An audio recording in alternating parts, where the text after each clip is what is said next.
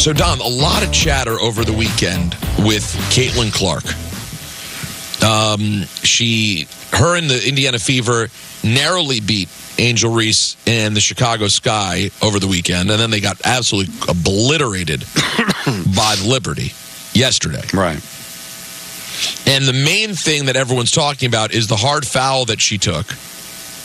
And it has led to so much different conversation about the treatment of Caitlin Clark. With, it seems like some people getting feeling like the other players in the league, the vets, are being hard on her and being too physical, not appreciating that she's a cash cow, and particularly that this foul that she took from Kennedy Carter was, egregious, over the top, etc. Here's Caitlin Clark on the foul that she took from Carter. Yeah, I wasn't expecting it, but I think it's just respond, come down, let your play do the talking. It is what it is. It's a physical game. Go make the free throw and then execute on offense. And I feel like that's kind of what we did, but, it is what it is, I guess. I don't know. And here's Carter's response to the foul that she committed. Kind of on the play before bumping in with Caitlin, it seemed like she turned to you a little bit after the Fever score. I didn't answer no Caitlin Clark questions. Did she say anything to you? I don't know what she said. What'd you say to her? I didn't say anything. That's enough. So, Don, Carter wasn't the first to foul Caitlin Clark hard. It's been a thing that's been happening throughout. Right. I guess I'm a little confused, and maybe you can fill me in, as to why all of this is being made into such a big deal. Well, it's being made into a big deal because of the fact that she is a special player. And there are people in the media and people around sports wondering, well, why would they do this to their cash cow? All of a sudden, their league is now relevant. The games that she plays in literally get like 10,000 more people on average than they would get if she wasn't in the game. So why would you harass and give a hard time to your cash cow? Well, my answer would be, well, when does that not happen in sports, Peter? When the young up-and-comer that's getting all the attention isn't going to have to go through something to show the world, can you take it? Can you handle it? Can you be a professional? Or is Carter jealous? I'm sure she is. How much money could she possibly make a year? There wasn't nearly any kind of attention on her before Caitlin Clark got there, so there's probably a level of jealousy. Guess what? Jealousy does exist in sports. And now you've got to pay your dues. As a rookie, do join the pros. This was what we were wondering. Will she be able to be the player she was in college here in the WNBA? Because now she's going up against professionals. But if you want to, and I'm not talking to her because she has handled it perfectly. She is being the professional that she should be. Moving on from it, not making a big deal out of it. I'm talking about all of her supporters who think they're supporting the league as being legitimate, which it is, but you're making it illegitimate by thinking she should get preferential treatment, because that's not what happens in professional sports. All right? This is not scripted. This is professional sports. Whether you're making $67,000 a year or $28 million, you are a professional basketball player that wants to win games. And when somebody comes in with all that money and all that fame and all that attention in any sport, I don't care whether it's football, what Caleb Williams is going to have to go through in his first NFL game, or what Connor McDavid had to do when he was a first overall pick jumping into the league, or Sidney Crosby or LeBron James, you are going to have to prove that you belong. And they're going to be jealous, petty people. They're going to knock you on your ass because that's what professionals do, because they want to win the game at the end of the day. They're not interested in ratings. They're not interested in attendance. They're not interested in exposure to the WNBA. When they're on the court, Peter, they want to beat the Fever. They want to beat Caitlin Clark. They want to beat her like a drum. And if you're asking any extra behavior to support her, what you are de facto saying is you don't think the sport's legitimate. Because if it is a legitimate sport, Peter, and it's a legitimate league, this is what you have to go through. This is sports. If all of a sudden you start thinking about the money and the attendance and what she means to the league and kind of doctor it up and give her a soft landing, then all of those players in the league wouldn't be professionals. They would be props. And that's not what this sport is about. If it is a legitimate league and they're legitimate professional athletes, which they are, this is what you have to go through. Would anybody be talking about trying to give LeBron James preferential treatment if he was getting beat up in the NBA? Or would they say, hey, you're going to have to learn to get through this because this is the big boy league now? So why would it be any different in the WNBA? Couldn't agree with you more. I do not understand this conversation.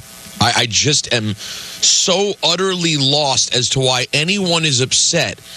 Like, imagine for a second, remove yourself, if you will, and fast forward 40 years from now, and they make the Caitlin Clark biopic about, like, the first, big mainstream superstar of the WNBA.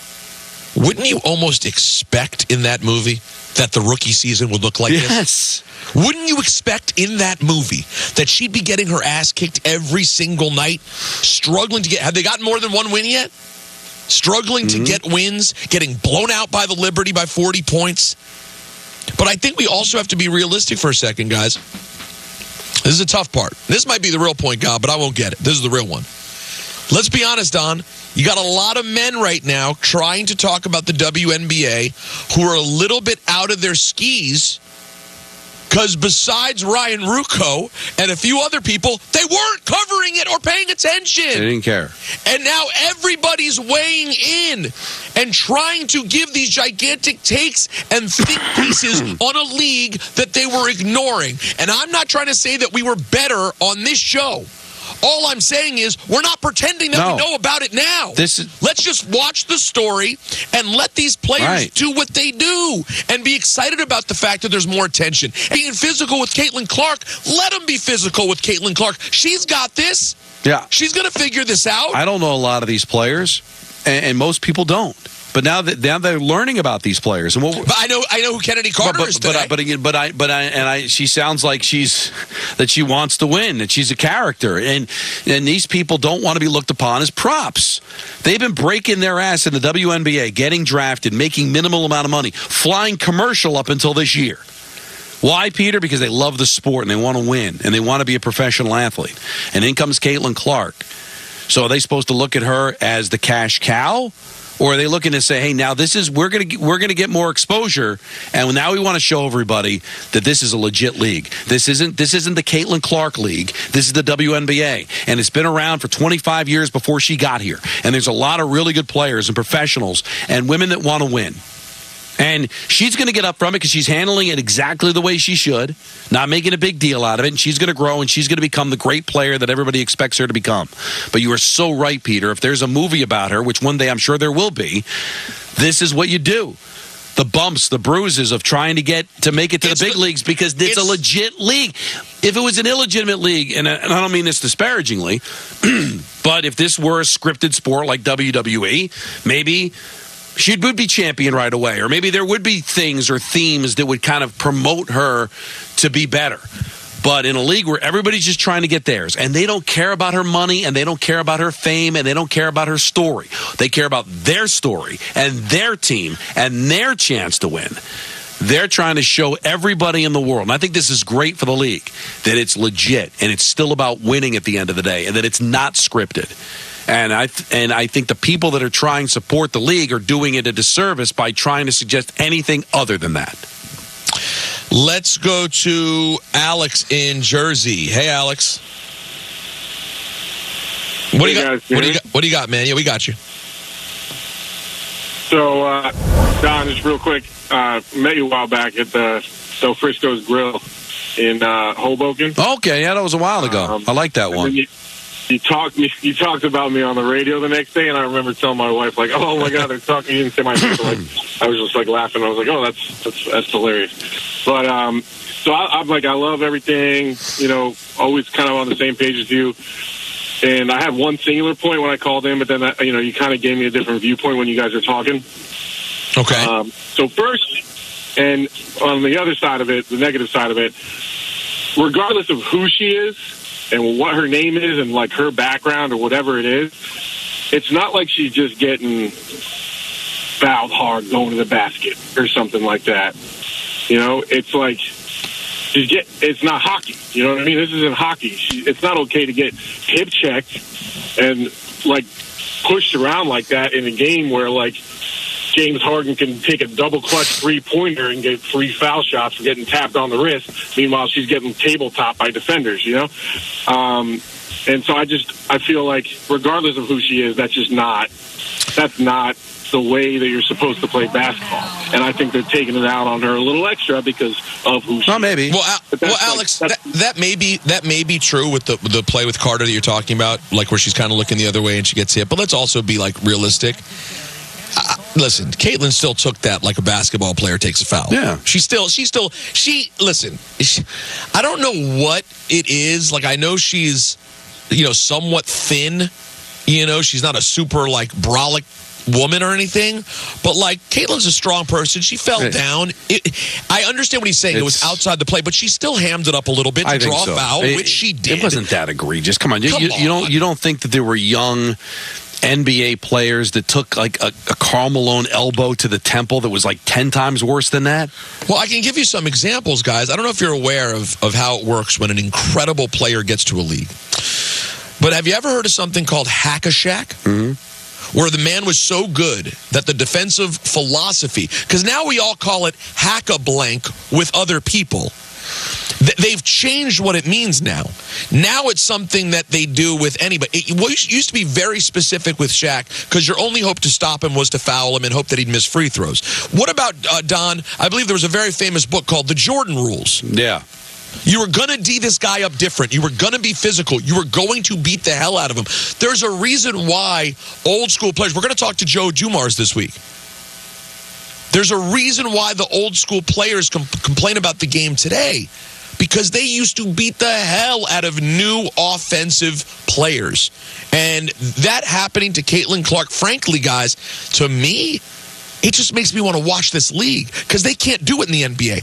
They're softer in the NBA. Right. But this makes you want to watch the league, Don. It's no different than the upstart rookie getting some chin music from a starting pitcher, or an elbow in a hockey game, or getting sacked extra hard in an NFL game. I mean, take a look at what Peyton Manning had to go through his first year. Highly touted coming out of Tennessee, first overall pick, and he got harassed in Indianapolis, and then eventually they realized that this kid can handle it. He's good. I mean, it's different, and that's just kind of, it's not hazing, it's just that's kind of the rite of passage you go through, and there's a lot of attention on her, and I'm sure there's jealousy, Peter, that all of a sudden now you're paying attention to us because of her. Well, let's introduce myself to you, because I know when I hit her, there's going to be a lot of attention on me.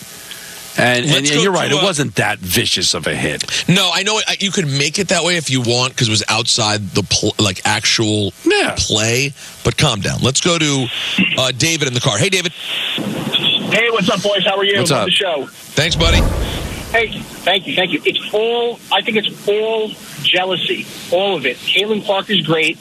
And I don't have the answer, but name the last 10 number one picks in the WNBA, the last 10 years or even longer, that have been treated this way.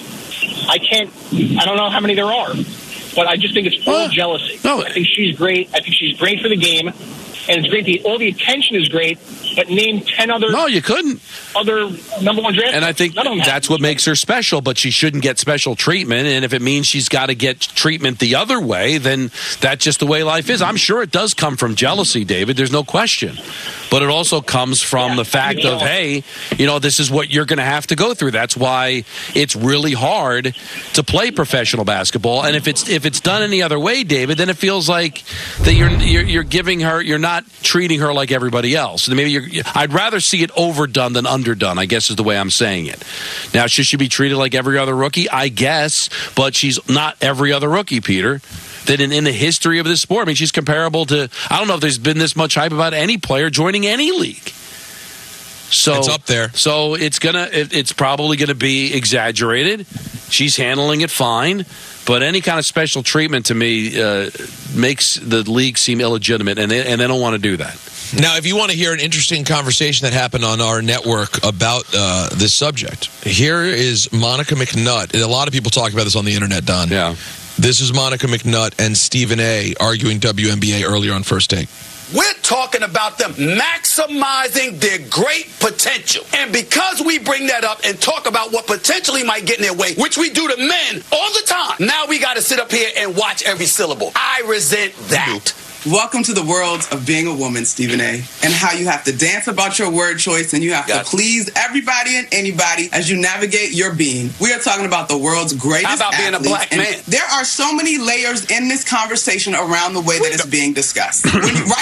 And yes, Shannon, I know y'all are going to say you know, and Stephen A., I know you're going to, you just shared that you have talked about the WNBA on your program too. You guys may not have said everybody, but the prevailing sentiment for folks that are just joining the WNBA and following women's sports is unfair to the women of this league, to your point, who have laid the groundwork for Caitlin Clark to come in and now take it to the next level. That's all I'm saying in these conversations. Kennedy Carter's behavior is not indicative of the entire league. We are still talking about competition where you are allowed to get a little extra elbow in if you are competing and you do it within the parameters of the game. The game is physical. Caitlin is helping to grow the league. These women understand that, but she cannot be babied as a rookie. That's all I'm at. Who talks about the WNBA? Who talks about women? Who talks about women's sports more than First Take? Stephen A., respectfully, with your platform, you could have been doing this 3 years ago if you wanted to.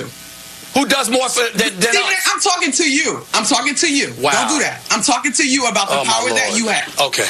I'm talking to you. You're my girl, but you've missed a lot of episodes of First Take. You missed a lot. Stephen A., 3 years ago, you would not talk about the W at this level. Don't do that. But what I don't understand, like everything that Monica said was true.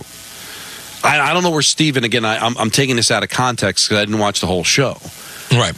What did it have to do with who talks more WNBA than First Take? What does that have to do with her point? Maybe we got that. Maybe that was skipped ahead, though. But now, if there's some sort of a point that he's entitled to have this opinion because he's talked more WNBA than anybody else, what Monica has to understand is, well, there wasn't much to talk about. And there really isn't anything other than Caitlin Clark right now to talk about. We're getting exposed to the league, but take a look at the attendance figures. You're talking about 6, 7, 8,000 people for a non-Caitlin Clark game, and you're talking about 17, 18,000 people for a Caitlin Clark game. So there's a reason to talk about it now. So let's not make anybody that wasn't talking about the WNBA out to be a bad guy. I hate that with the NHL too, right? Like when we finally start talking about because the Rangers are good, we'll get a call from somebody saying, "Well, where were you the last couple of years?" Well, they weren't relevant, so we weren't talking about them. Like, don't get upset we weren't talking about the NHL. Be excited that we're finally talking about it. Same thing with the WNBA. Don't sit there and scold people for not talking about it for the last 3 years.